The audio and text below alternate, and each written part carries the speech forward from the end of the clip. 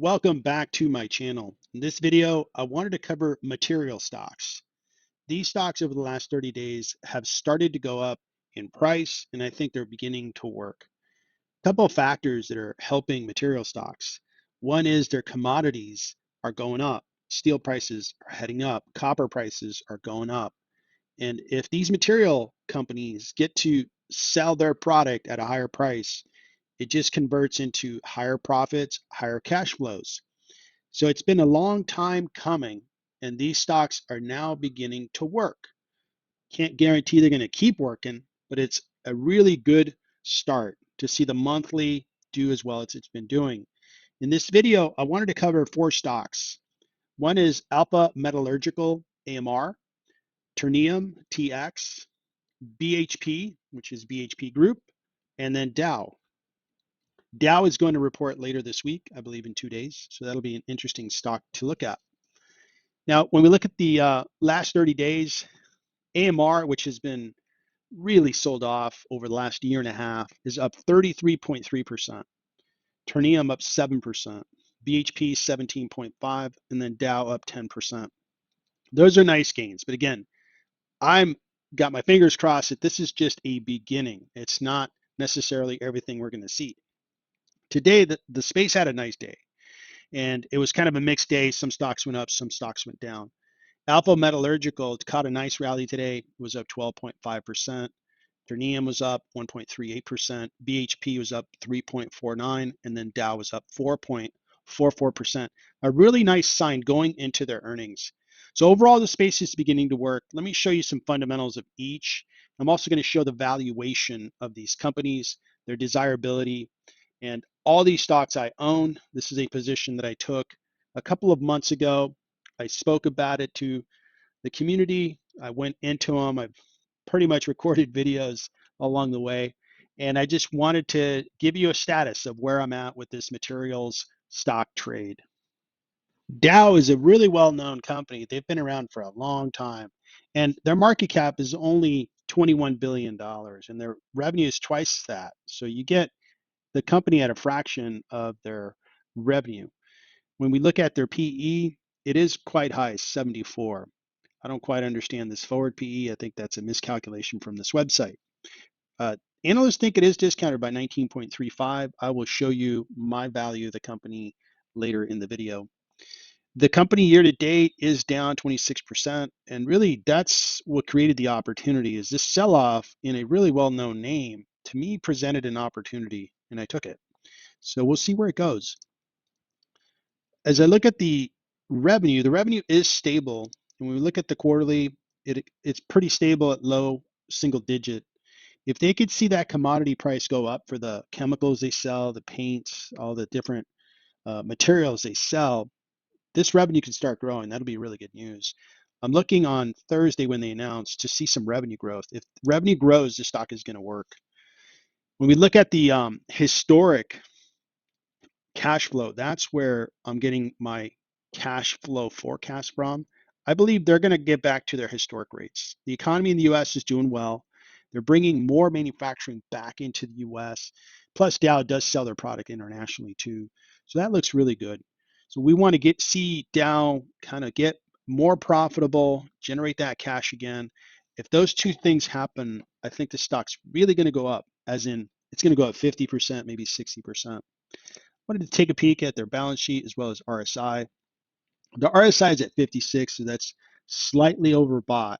It has been rallying lately, so maybe it's beginning to show up. When I look at the balance sheet, they've got some debt, net $16.45 billion of debt. Debt to EBITDA is right there at the limit, 3. If they can increase that EBITDA, we'll be okay. So the fundamentals for the company look good. Analysts, 15 of them cover this stock, and some analysts believe, like I do, that this stock's really discounted. They have a price target of $56 per share. That would be a nice rally. On average, they believe it's a $35 stock, and it's trading at $29.66. The downside is down about $7.66 down to $22. So the average it's discounted by 19%. It's expected they're going to start growing, not necessarily this year, but next year it's going to grow, and then the year after. So if we have a commodity price increase, we're going to see those revenues get to Dow quicker. So that'll be really, really good. They're going to be profitable over the next couple of years. That's also really good. And their PE is going to come down, eventually coming down to single digits. So that looks really good. I've done research and calculated the intrinsic value of Dow, and I've used a free cash flow forecast by taking their 4-year average and saying, hey, they're going to revert back to this average. And when they do, it's going to show that the stock is really 50% discounted, which is a very nice discount. They're still expanding their profitability, so their earnings per share isn't so hot, and it's actually showing that the stock's priced too high if I use earnings per share on its own. So collectively, it's a 37% discount. That's a nice discount on Dow. And the last comment I would have on Dow is that they pay a really high dividend of 9.44%. That may be cut back a bit, but it's still a really high dividend. You have an appreciating stock and you have a high dividend. That'd be great if they can keep that income flowing, and investors would win two ways, through appreciation and income. The next stock I'm going to cover is Ternium. And Ternium is a steel producer, and they have operations primarily in Latin America, big operation in Mexico, and they feed the supply chains in the United States with their rolled steel. And this stock also pays a high dividend of $8.53%. Excuse me. It's a small cap. It's 6.21 billion, and the revenue is 16.8. These guys are benefiting from higher steel prices, and steel prices are going up. We had earnings from Cleveland-Cliffs, which is a steel producer. They had very good earnings, and they had very optimistic guidance for their business, saying that manufacturing is really increasing in the United States. That's going to help Ternium. The stock is discounted by 12% according to analysts. This stock year to date is up 8.8%. Not bad. If you're making that income and seeing your stock price appreciate, that is a good combination. When we look at their business, it has been contraction, not necessarily because it's poor run, it's just the commodity prices. So if we could see that turn to green, boy, this stock's really going to move. All these stocks are going to go up when the commodities improve, and then they're going to go down once commodity prices begin to go down. So these investments are not going to be long-term investments for like 5 years. It's going to be a matter of monitoring the market and seeing when that cyclical cycle is going to come in, and try to sell well ahead of the stocks beginning to sell off. So that applies to all the stocks I'm looking at here within materials. So Ternium revenues are there. They also have very good free cash flows. Historically, tremendous cash flows when they're really pricing their product with high commodity prices. They made upwards of $2 billion in free cash flow, and the market cap of the company is 6 point something billion. So almost a third of the market cap produced in free cash flow. So that's tremendous. When we look at the balance sheet in RSI, the RSI is 57. So these stocks are beginning to catch a really nice trade. They're beginning to attract investors. It's not overly bought. It's just beginning to get popular out there. And their cash surpasses their debt. So they have an excellent balance sheet on the case of Ternium. Analysts, 4 of them cover Ternium. One has a price target of $41 a share. Worst case scenario is $32 a share. So these analysts are favorable to this stock. Their collective forecast for this company is that this year they may not grow, but next year they will grow, and the year after and the year after. That's really positive.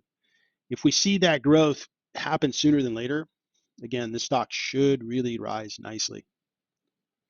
Ternium is discounted by 41%. If I look at the intrinsic value of their free cash flows, and I use a 12% discount rate since they're out of my home country, and their earnings per share also support a nice discount on the stock.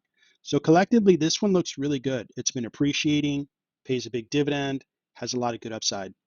Alpha Metallurgical Resources is a company that mines the coal that goes into steel production, and they mine it in Virginia and West Virginia.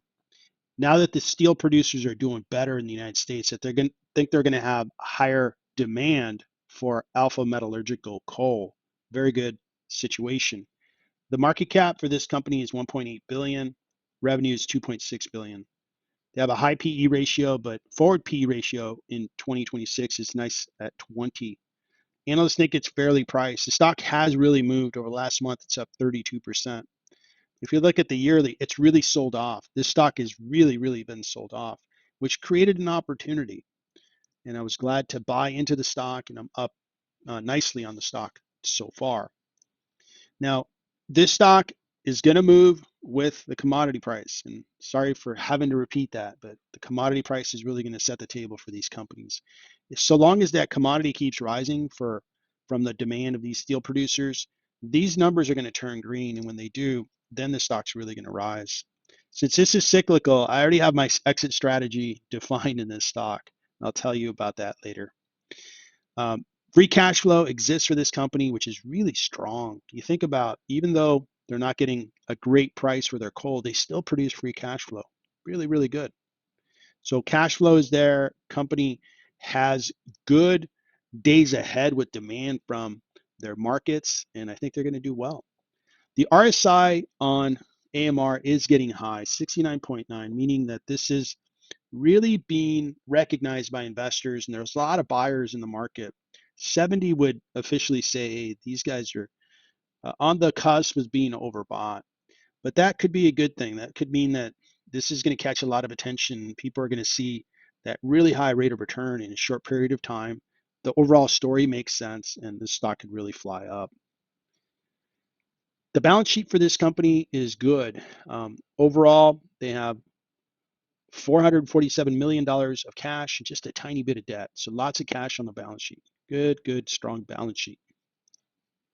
Analysts, 3 of them cover the stock, and the best price target that's out there is $173 a share, and then the worst is 110. And really, as an average, their price targets are right on target with where the stock price is today. And when I look at the forecast collectively, it's expected that in 2026, they're going to see a really nice rise in revenues, and the earnings per share is really going to pop up. I think this green is going to bleed into 2025 because, again, Cleveland-Cliffs announced, and they're a steel producer. They consume the product that AMR produces. That's really good news. So if we have more domestic steel production in the U.S., it's going to draw from the coal that's being mined out of Virginia by AMR. Now, when I look at the intrinsic value of AMR, considering the type of cash flow this company produces and how sold off their stock is, I calculate a 65% discount. And that's after the run up in the stock. So this stock has a lot of upside. It's very cyclical. So I already have my exit strategy on all 4 stocks that I'm going to talk about today. In this case here, I'm up 30% on AMR. And as soon as they get to 80% gain, I would be selling AMR. I wouldn't stick around for anything else after that. Now that's pretty ambitious, but I think it could get there rather quickly now that we're seeing that investors are recognizing the stock and buying into it. And the fourth and final stock that I'll cover that's a material stock is BHP, which is located down in Australia. And what I really like about BHP is a lot of what they're mining is copper, and that copper goes into Asia. Since they're down in Australia, they can distribute it directly into Asia. And this company is probably the biggest cap that I'm going to cover, $137 billion in market cap. Revenue is $54 billion. Their PE is 24, forward PE is 16. According to analysts, they're priced a little bit high, just a tiny bit. They pay a dividend of 4.45. And over the last month, they've done well, 19%. Year to date, up 12%. So year to date plus the dividend isn't a bad return. It's beating the S&P. Over the 1 year, this is beaten up a bit. Material stocks have been beaten up. When we look at the financials for this company, they are pretty much flat, but I think it's really going to go up. Commodity prices, specifically copper, has been going up really fast. So I think their next earnings, which they report twice a year, since they're in Australia, they report twice a year versus an American company reports 4 times. The next earnings that they have, I think we're going to see nice growth in revenue.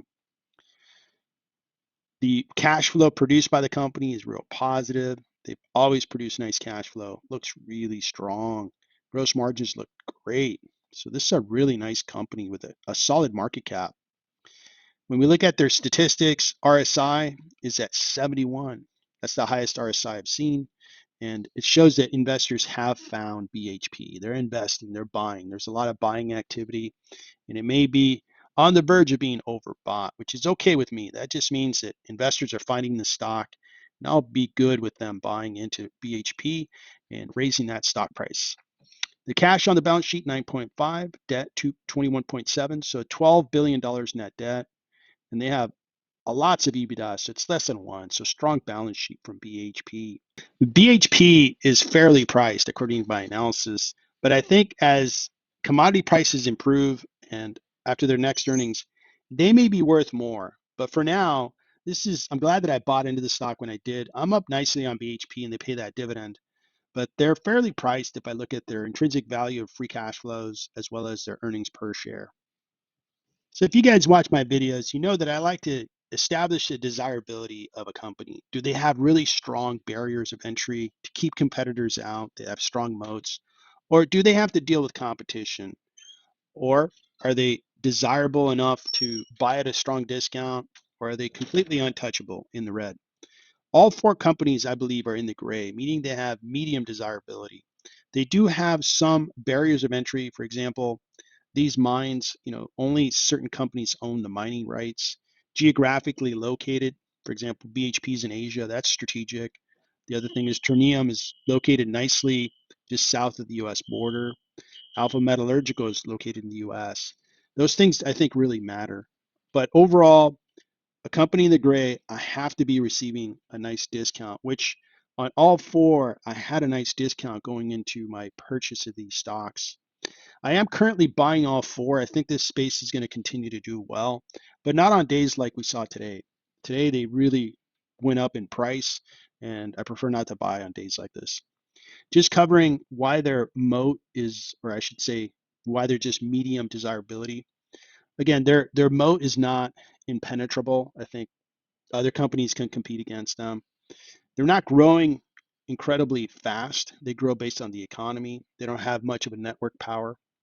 Their profitability is good when prices are good, but they're not in control of that.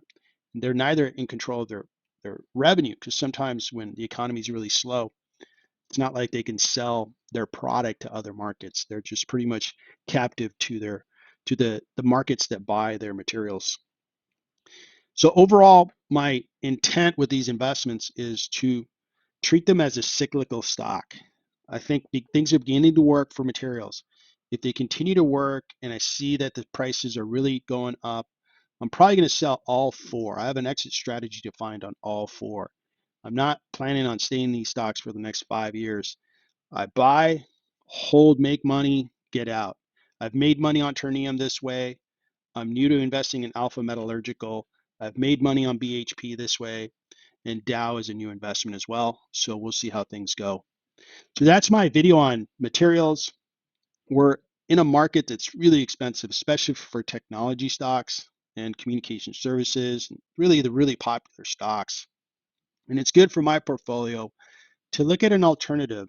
That way I can diversify more and pick up on a rally that's happening in a market that's fairly noisy. And while most investors are distracted by companies that are just having these terrific rises in technology, I can make a lot of money on material stocks while nobody's looking. So that's my video. Hey, thank you for watching this video. I hope you found it interesting. I wanted to invite you to become a paid member of this channel to get better access to my research, get invited to member calls, and also be able to provide tickers that I can analyze on live streams. There's a lot of benefits, and you can take a look at those at your leisure. To get signed up, you just visit the home screen of my YouTube channel. There's a join button toward the bottom of the screen on the right-hand side. If you click that button, you'll see the options, and you can review to see if one option is good for you. Thanks for watching. Good luck with your investments.